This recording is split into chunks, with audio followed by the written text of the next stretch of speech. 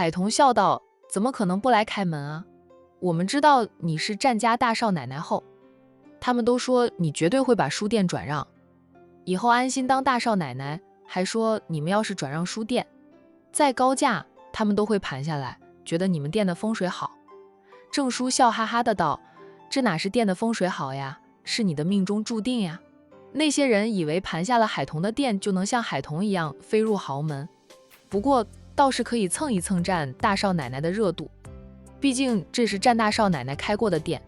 郑叔，这书店是我和小军的多年心血，经营了那么多年，我不可能放弃。我听说豪门的大少奶奶是不能出来工作的，战少允许你继续抛头露面吗？郑叔纯粹就是八卦。海童默了默后说道：郑叔，我是自由的，战印都骗了他4个多月，还是一家人联合起来骗他。要是不允许他工作，婆家人早就露出了破绽。想来在他们战家，女人出来工作是被允许的吧？虽说还气着战印骗他的事，海童却不得不承认，战家的人修养都很好。现在他才明白过来，他们是真正的豪门，那修养，那贵气与生俱来，不是一般人能学习得到的。就也明白了婆婆为什么会建议她去学礼仪。原来是因为他们家门槛太高，海童有了差距太大的压迫感。郑叔笑道：我也是这样说的，他们还要跟我打赌，等会儿我就找他们打赌，我赌你继续在这里开店，他们赌你关门转让回家当大少奶奶，说你有花不完的钱了，不用再在这里守着这间店。海童笑：那你赌注下的大一点，我把我所有私房钱都押上去。海童：哎，你千万别告诉我老婆我藏了私房钱的事。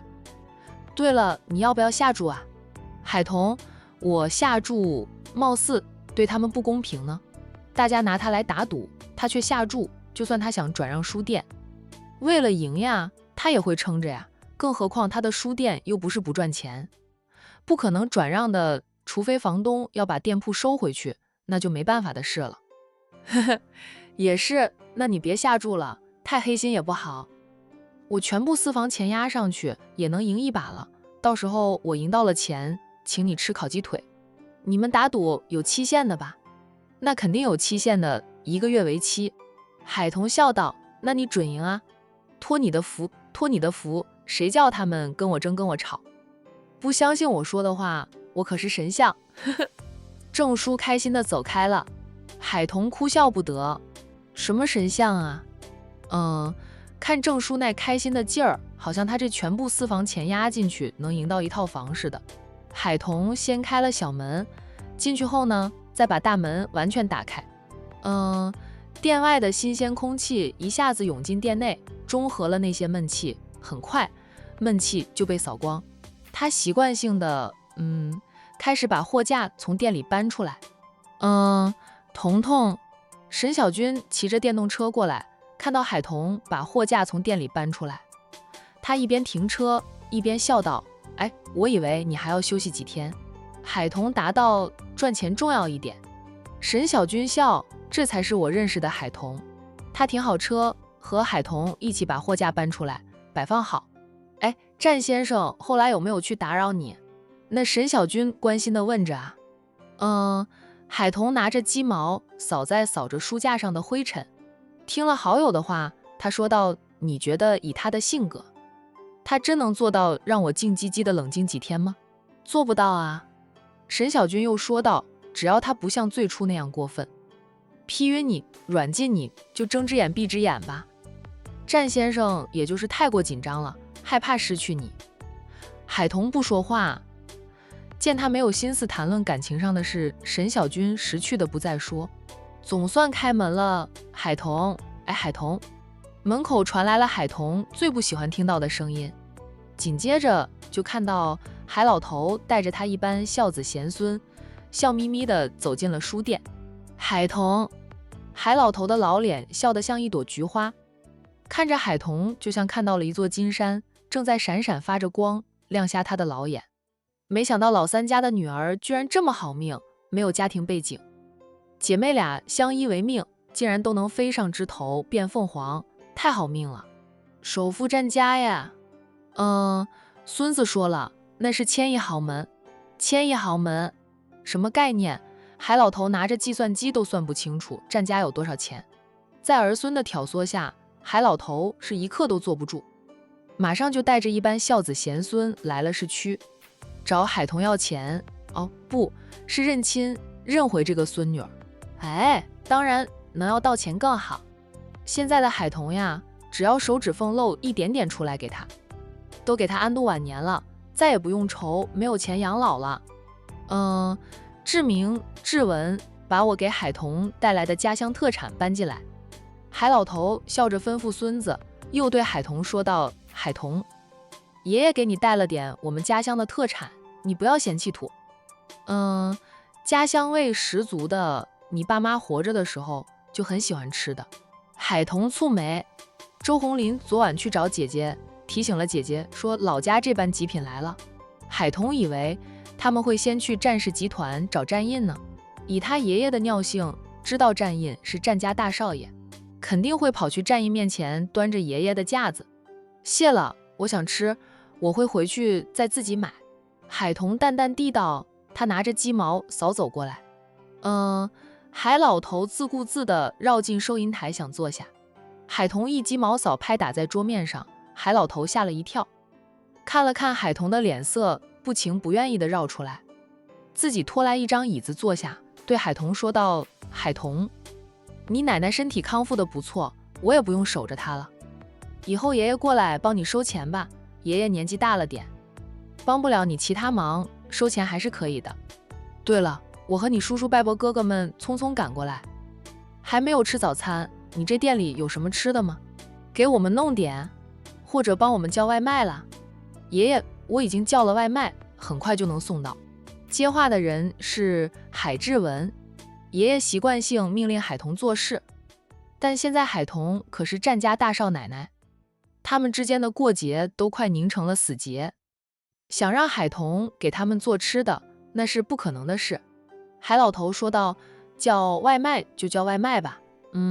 海童，你等会儿给钱啊。”海童都想笑了。这些人还真是死性不改，总想着占他的便宜。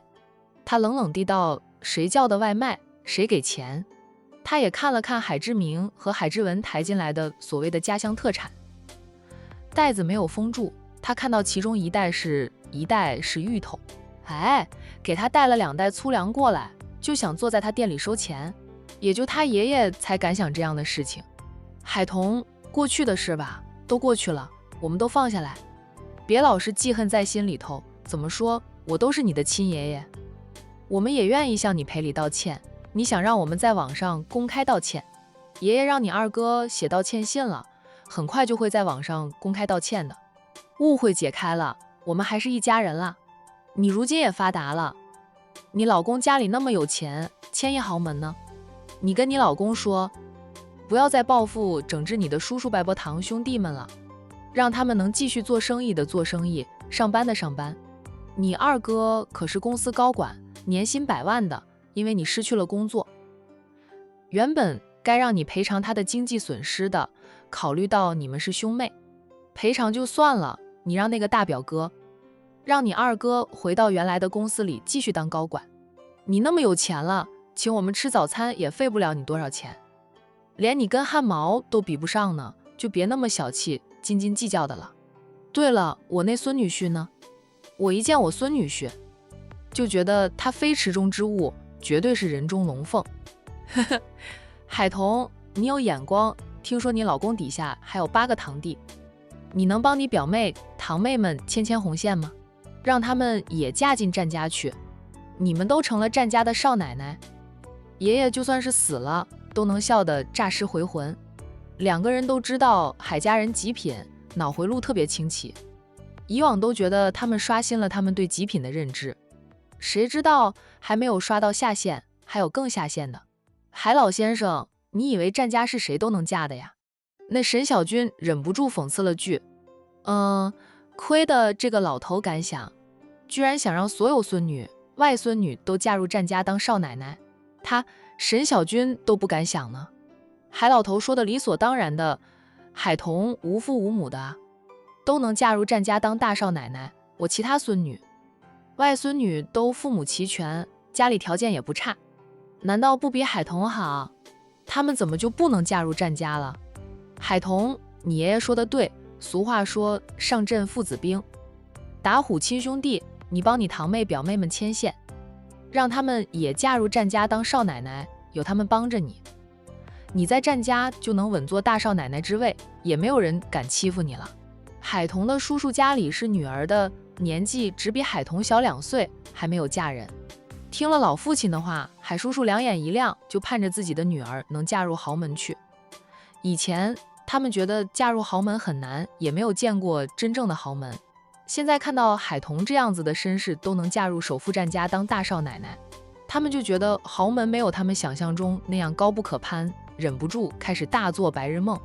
侄女嫁入豪门，还是与他们有过节的侄女，未必会帮衬他们，但自己的亲生女儿要是嫁入豪门，肯定会帮衬着自己娘家的。他们海家要是有战家提携带着赚钱，说不定10年8年后也能变成豪门呢。现在啊，只要他们往外面说他们是战家大少奶奶的娘家人，别人看他们的眼神都是带着羡慕嫉妒的，就大大的满足了他们的虚荣心。别人，你们确定不是讽刺的眼神啊？就海家极品对海童姐妹俩做过的事，那是整个管城人都知道的。知道战印是战少后，还敢端着娘家人的架子招摇过市。不得不说，海家极品的脸皮是真厚啊，就厚到用尺子都量不出厚度来，简直就是白日做梦，痴人说梦话。门口在那里，请你们马上给我滚出去。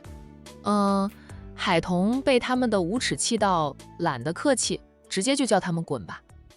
海之文等人呢，本能的往后退了好几步，不过没有完全的退出书店去，让海老头独挑大梁。反正爷爷年纪大了，那海童面对爷爷时，哪怕再生气，也不敢动手的。海童啊！海老头沉着脸叫了海童一声，在海童看着他的时候，他说道：“你让我们走也行，先给我100万元，我马上就回老家去照顾你奶奶。你要是不给我钱，我现在带着他们去你老公的公司去闹，哪怕要不到钱，也要闹得你没脸，闹得你成为笑话，以后在婆家都抬不起头来。”海童扭头就走，去抄扫把。海志文他们看到海童动家伙了，马上跑出了书店。海老头却坐着不动，认为海童不敢打他，海童打他更好，他可以要更多的钱。海童不打他，他就放下扫把，扭身走开。海老头得意洋洋，他一把年纪了，坐在这里，给海童10个胆子，也不敢动他一根头发的。对付海老头这种不要脸的老头子，海童来不了硬的。他进洗手间，用1只桶接了1桶水，提出来就朝海老头倒泼过去。海老头没想到海童会来这一招，哇！被那1桶水当头倒泼而来，哗啦啦的水声过后，他从头到脚都被泼湿了。海家极品就惊呆了，哇，海童够狠啊！他是不打爷爷，但泼了爷爷一身水。海童啊！海老头抹了一把脸上的水，感觉自己大家长的威严受到了挑战。他暴跳如雷，指着海童就口吐芬芳，骂着海童的祖宗18代。海童凉凉地回他一句：“我的祖宗18代？难道不是爷爷的祖宗18代？爷爷把我太爷爷都骂了，不怕晚上太爷爷回来找你算账？”海老头一噎：“我告诉你，在你当年拿走我爸妈的死亡赔偿款，赶我和我姐姐出门，不让我们回去祭拜我父母开始，你在我眼里就不是我爷爷了，少在我面前端爷爷的架子。钱1分没有，命有1条，你敢拿走尽管来拿。”海老头铁青着脸，手指指着海童，却在抖着抖着的，气得很了。他怎么会有海童这种不近人情的孙女？你等着啊，等着，我去你丈夫的公司里闹，跟他要钱，他不给，我就去你婆家那里要，闹得你没脸，闹得你婆家你不顺眼，把你赶出来。海老头说着狠话，哦，他也打算这样做。在来之前，孙儿们提醒他，海童姐妹俩恨他们，未必肯给他钱，给他支了招儿。说海童现在成了战家的大少奶奶，要面子的很，只要他们拉得下脸去闹，海童为了她婆家的面子就会给她钱的了。要是海童不给钱，就去战印那里闹，去战家闹事。就算海童跟他们关系恶劣，但他们依旧是海童的娘家人。谁家儿媳妇有这样的娘家人，都会觉得丢人。海童本来就没有背景，嫁入战家当大少奶奶，根基不稳，说不定婆家人也不喜欢她呢。他们这样闹事，让战家都跟着没皮没脸的，保证战家人厌恶海童，说不定还会让战印和海童离婚。海志文建议爷爷先来海童这里试试水，那海童为了面子，为了息事宁人，肯给钱的话，那以后想要钱了就来找海童。反正战家多的是钱，要一次钱够他们一大家子花上一段时间了。要是海童不肯给钱，那他们就联系一些记者，让记者们装着偷拍的样子，拍下他们去战氏集团或者战家闹事的视频，放到网上去，保管战家会震怒，对海童不利。反正他们都失业了，没有什么可以被威胁的。光鞋的不怕穿鞋的，就跟海童闹到底，闹到海童被赶出战家为止。他们都过得不好，海童凭什么当战家的大少奶奶？不用你去我的公司，我就在你后面。低沉冰冷的嗓音响起。海老头扭头衣，见是战印，而他带来的儿孙们全都被战印的那些贴身保镖挡在了外面，他们个个都脸色金黄，都不知道战印是什么时候来的啊。也不知道战印到底听到了多少。战印往常醒来的都早，现在没有老婆在身边，他醒得更早，然后他去了大姨姐的租房楼下等着海童，结果等了很久都没有到海童下楼，直到大姨姐抱着洋洋下来，他才知道海童比他更早已经回店里了。于是呢，他赶紧往管城中学而去，去的路上还特意在一家花店里买了一大束的玫瑰花。只是呢，到了店附近，就到了店门口停了好几辆的车，也到很多人站在店门口。他眼力好，记性佳，还没有进前就已辨认出那些人的身份。是海家的那一班极品。昨天呢，母亲还跟他提及海家极品，担心海家人知道他的身份后，又会卷土重来，纠缠着海童要钱要好处。没想到啊，这些极品大清早的就跑来纠缠他的老婆大人了。那海童姐妹俩难道就不是海老头的孙女儿？海老头怎么老是扒着姐妹俩吸血啊？要是生活的过不下去了，来纠缠着海童要点生活费。海童再心狠也不会任由老头子饿死，会给一点生活费的。可是海家人明明生活得很好，哪怕被战印背后整治的生意做不下去，丢工作的丢工作，但他们存款厚呀，什么也不干，以前赚到的钱也够他们吃吃喝喝好几年了，却还想扒着海童姐妹俩吸血。孙女婿，你来了，你快管管你老婆。你海童一点都不知道尊老幼，这没有爸妈管教的孩子就是没有教养。你是大少爷，你们家肯定很讲究家教的吧？他这般没有家教，你赶紧跟他离婚，不离也要狠狠地管教他，说不听就打。女人不打不听话，以前他奶奶也不听我的话，被我天天打一顿，就什么都听我的了。孙女婿啊，海童把我的衣服都泼湿了，你给我点钱，让我去买几身衣服换上吧。战印冷冰冰的样子让海老头是打心里颤了颤，那沈小军都很想一扫把打过去。哇，没见过这样的爷爷。海童气得提着水桶转身又进洗手间去，再次接来了一桶水。海老头见他又提了一桶水出来，岂肯再被淋一身水。刚才他是没有想到海童居然敢那样做，没有反应过来才会被海童淋了一身的。他想躲到战印身后去。彤彤，一桶水很重的，让我来。刚刚还冷冰冰的战印抢上前几步去帮海童提水。嘴里还说着心疼的话，这种粗重活你别干，只要你吱一声，我帮你干。他扭身撒腿就往店外面跑。战印提着那桶水出来，孙女嫁入豪门，他这个当爷爷的不仅不能长脸，所以说海彤姐妹俩就是赔钱货。当年海彤出生时，他私底下跟接生婆说了，要是还是个赔钱货就不要了，扔进尿缸里淹死，让三儿媳妇回头生个儿子给老三。被老三听到了，跟他急啊，闹得他没脸急了。老三还说，不管是儿子还是女儿都是他的骨肉，他绝对不扔，把他气得半死。他还不是替那老三担心没有儿子养老送终。那年月计划生育那么严，他们农村人允许生2个。老三夫妻俩一胎是女儿，2胎还是女儿。要是不弄死海彤，就不能再生了，再生那是超生，要罚款的。海彤生下来时，果然又是个丫头片子。偏老三夫妻俩疼女儿都像宝贝一样，女儿是赔钱货，这不现在有钱有势了，连自己的亲爷爷都不认，还用冷水泼他。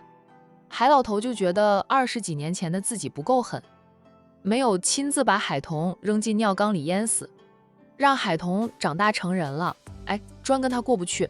老天爷也不长眼睛啊，他其他孙女儿对他这个爷爷还是孝顺的，偏偏让海彤这个不孝顺的孙女嫁入了豪门。海志文等人看到爷爷都跑了，自然不敢停留，全都跑回他们的车上，一溜烟开着车跑了。战印把那桶水重重地放在地上，动作太大，桶里的水溅出来，侧湿了他的裤脚。老头子，有种的别跑呀！战印冲着远去的那几辆车叫喊着，他打算吓不走海老头，就让保镖们把海老头抬上车，让海家人拉走的。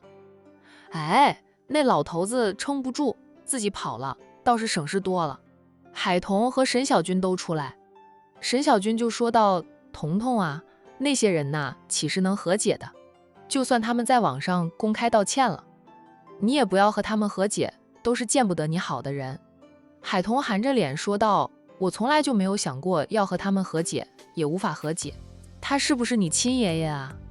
我都怀疑你爸不是他亲生的，哪有亲爷爷这样对亲孙女的？”海彤默了默后说道：“我爸妈还活着的时候，我常听我妈说，我爸跟那老头子长得最像了，想说他们不是亲父子都不行。我爸不是老大，也不是最小的那个，夹在中间，一向不得宠吧。在他儿时的记忆里，爷爷奶奶对他父母是不怎么好，吃他们家的，花他们家的，有点不舒服，都是他爸妈带着去看医生，出钱出力却不讨好。大伯娘、婶婶他们逢年过节给两老送来1碗鸡肉，2个老的就能夸上1年，说大儿子小儿子多么的孝顺，杀只鸡都知道给他们送来1碗。他家里杀鸡，2只鸡腿一直都是给两老的，他们就不记得吃了那么多鸡腿，简直就是为了狗。喂狗，狗还知道摇摇尾巴，为了他的爷爷奶奶就知道骂人啊，都是自己生养的，咋能这么偏心呢？沈小军嘀咕着，我家里是不会有这种情况发生的。海彤沉默良久后说道：“10根手指有长短呢，就算他们嘴上说手心手背都是肉，依旧有厚薄之分，掌心的肉始终是厚一点的。”沈小军同情地看着好友，满以为好友嫁入了豪门，只要跟战印和好如初，以后就能过上幸福的生活。谁曾想那般极品却不肯放过好友姐妹俩，安静了那么长时间又死灰复燃，卷土重来，还比以前更加的肆无忌惮。战印伸手去揽海彤的肩膀，想给她安慰啊，才揽到她的肩膀就被她推开了她的手。她淡淡的道：“战少，这种事你以后别参与，你是堂堂战家的大少爷，做出这种事情来被人拍下来发到网上去，严重影响你的名声。”战印眼神深深地看着他，说道：“没有你，名声再好有什么用呀？彤彤，不用怕他们，也不要被他们威胁到。他们敢去我公司里闹，我报警处理，他们也进不了公司，更去不了我们的家。就哪怕他们能闹起来，我也不受他们的威胁，谁家没有些极品亲戚？以为豪门里就没有吗？一样有的，极品是不受圈子限制的。海童看他两眼，扭身回店里去了。那沈小军也看了战印两眼，也跟着回店里。战印，他说错了什么吗？为什么两个人都是看他一下，一声不吭就回店里去？战印木然地站在那里，又像冰雕一样。保镖们看着自家大少爷化身冰雕，那个着急呀。大少爷，你倒是发挥你的没皮没脸呀，站在这里做什么？买来的玫瑰花束送了吗？还在车上放着呢。来的路上呢，战印还跟阿七说，就算海童拿扫把赶他，他都要死皮赖脸的留在店里陪着海童。说什么想追回老婆就不能要脸啊？真做起来，那大少爷还是很要脸的。阿七赶紧回车上帮大少爷拿下那束花。大少爷，你买给大少奶奶的花束还没有送出去呢。阿七把花束递给战印。战印回过神来，对啊，他给彤彤买了花束的。从阿七手里接过花束，战印低沉地说了句，我会跟杨叔说。哎，你这个月的奖金加倍的。阿七心里乐，面上却恭恭敬敬的，只要大少爷和大少奶奶和好如初，那阿七有没有奖金都无所谓。那我省下一笔奖金给你们大少奶奶买花，他就是表表忠心而已。大少爷就收回了要给他的双倍奖金。众人扭头捂嘴偷笑。战印抱着花束就要进店，跨出了一步后又缩回脚步，对保镖团说道，你们都回去吧，看到你们彤彤就会想起我欺骗他的事，因为他的保镖团在管城人的眼里就是战少的身形象征。战印不管保镖团觉得有多冤啊，抱着花束进店里去。海童已经坐在收银台里面编织他的工艺品，沈小军坐在他的对面，两手撑托着脸，静静地看着他。见战印进来，沈小军本能地起身想让位。海童抬头看他呢，那沈小军马上又坐了下来，就不给战印让位了。他差点就背叛了海童。彤彤，这束花送给你。战印把那束花递到海童的面前。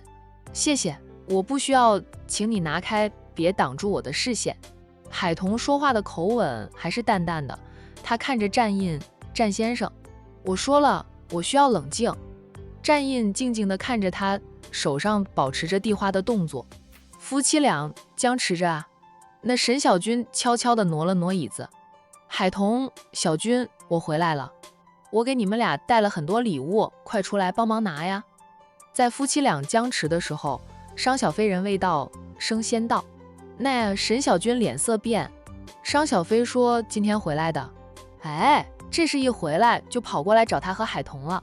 海童的脸色也在一瞬间变得苍白。战印心疼的强势的握住了他的手。海童，小军，看我给你们带了什么礼物。战印。商小飞兴冲冲的进来，两边手都提着很多精致的袋子，那是他旅游时看到的好东西，买下来带回来要送给两个好友的。看到战印在这里，商小飞一脸错愕。战印，你怎么会在这里？商小飞愕然地问道。以战印的身份，他是不可能出现在这里的，但眼前这个男人确实是战印。商小飞还怀疑自己的眼睛有问题，他眨了眨眼，在认真地看着战印，是他认识的那个战印啊。当看到战印和海童中间放着一束花，战印还握住了海童的一只手，商小飞眼睛更是瞪得大大的，怀疑自己看错了。脑海里想到的是，这个男人只是长得和战印很像，实际上不是战印吧？就战印那冷冰冰的性子，出入都带着一班保镖，不允许亲人以外的年轻女性接近他3米以内，他怎么可能会主动去握着？忘了战印有老婆了，他对他老婆还很好，大家都传言他宠妻，虽然他没有见过他的妻子，却相信战印会是个宠妻的男人。战印这种脾性的男人一旦爱上，那就是一生一世的，所以说战印宠妻成瘾。商小飞觉得一点都不奇怪。可惜的是，她无法成为那个被战印宠在心尖上的女人。忽然想到海童的闪婚丈夫也姓战，难道海童的闪婚丈夫就是战印？突然想明白后，商小飞手里提着的那些袋子全都掉在了地上，她的脸色忽红忽白的，死死地瞪着小夫妻俩。海童抽回被战印握着的手，起身绕出收银台，还没有来得及做其他动作，商小飞忽然健步地跨站到战印的身侧，抓住战印的手臂，用力拉扯着，想让战印正面面对他。战印甩开他的手，一边拍着自己被商小飞碰触过的衣服，冷冷地道：“商小飞，你想做什么？离我远一点。”商小飞黑着脸冷笑着：“战印，你问我在做什么？哎，这话该我来问你吧？你说你在做什么呀？”他比战印更生气。海童本能地向商小飞解释：“哎，小飞，我们并非有意要瞒着你，我也是刚知道他的真实身份。他要是知道战印就是商小飞痴恋了几年，并且公开追求的战家大少爷，他一定不会和战印闪婚的。”我知道。商小飞应着，他看了海童两眼，说道：“你要是早知道你家战先生就是战少，就不会帮着我出谋策划追求他。没有哪个当妻子的会帮着情敌追求自己的丈夫。海童也不喜欢和别人争男人。”以商小飞对海童的了解，海童对爱情其实并不憧憬，可能是错过了憧憬爱情的年纪吧。海童闪婚后，慢慢的喜欢她闪婚丈夫，那是日常生活出来的感情，毕竟一起生活久了，都会习惯对方。商小飞指责着战印：“战印，你竟然骗彤彤，骗了那么长时间，怪不得我每次过来都看不到你，怪不得你从来不敢跟着彤彤去我家里拜访，原来你一直都在骗彤彤。我就在想，当初我听从彤彤的建议，按他说的方法去追求你的时候，你都能应对自如。哎，你是早就知道彤彤教了我什么法子是吧？你明知道我和彤彤是好友了，彤彤帮我出谋策划追求你时，你是不是觉得很爽，把我和彤彤当成猴子来耍？你但凡吱一声，姐就算爱你爱到死，也不会再纠缠你。你一边和彤彤隐婚，一边端着高冷的架子，享受着我的追求，你是没有接受我的感情，连公司门都不让我进，是我一厢情愿。你未婚，我未嫁，就算我一厢情愿，我也不觉得丢脸。每个人都有追求幸福的权利，但你却让我在不知不觉中就成了我自家表妹婚姻里的第三者。我商小飞又不是非你不可啦。彤彤，她平时在你面前是怎么欺骗你的？一直骗你说她就是个打工的是吧？海童以为商小飞知道战印就是战少的时候，会很生气，跟她的姐妹情也会因此而断。当商小飞真正知道一切时，商小飞是很生气，她气的是战印两边瞒。只要战印说出他已婚，她是绝对不会再追求他。可是他一直不吭声，让他以为他还是个单身狗，才会对他死缠烂打。结果自己在不知不觉间成了插足别人婚姻的第三者，还是跟他一见如故的亲表妹。彤彤，你们是什么时候领的结婚证呀？商小飞忽然问道。海童答道：好像是国庆节过后的第2天还是第3天吧。那会儿是闪婚的，他就是找个人搭伙过日子，并没有刻意去记自己领证的日期，只记得是国庆假期后没几天。彤彤，我们的结婚纪念日是每年的10月10号。被商小飞指责着的战印接了话，他现在可是把结婚纪念日记得牢牢的。你和彤彤领了结婚证，我才向你公开表白的。战印，你就是存心的呀。商小飞想着，要是他先表白，战印才领证的，还情有可原。可是战印和海童领了结婚证，他才表白的。战印是没有接受他的表白及感情，可是战印也没有向他透露过他已婚一事，还是后来被他缠得烦了，才戴上婚戒。他看到了他的婚戒，才终止了对他的追求。战印沉声说道：我和彤彤的事需要向你报备啊。你不需要向我报备，你可以说你已婚，让我有多远滚多远呀。你明明已婚，还一声不吭，嫌弃我纠缠你，又由着我追求你，能满足你大男人的自尊心是吧？战印一噎，他紧张地看着海童。海童也在看着他。彤彤，我们当初说好暂时隐婚，所以我就没有告诉商小姐，我有老婆的事。海童只是看着他不说话。想说的他早就说过了，现在呢，他没什么想说的。小飞，沈小军拉了拉商小飞，在商小飞看向他的时候，他轻声说道：“借一步说话。”商小飞跟着他出了书店，两个人在外面说了什么，海童不知道。他本来平静了些的心绪，因为商小飞对战印的指责又乱了。他做回收银台里重新编织他的工艺品，嘴上说道：“哎，战印，你先回去吧，免得小飞看到你就生气。”战印脸色一下子变得阴沉，怒道：“海童，你更在乎商小飞是吧？他生气，你就可以连你老公都不要了，为了商小飞赶他走。”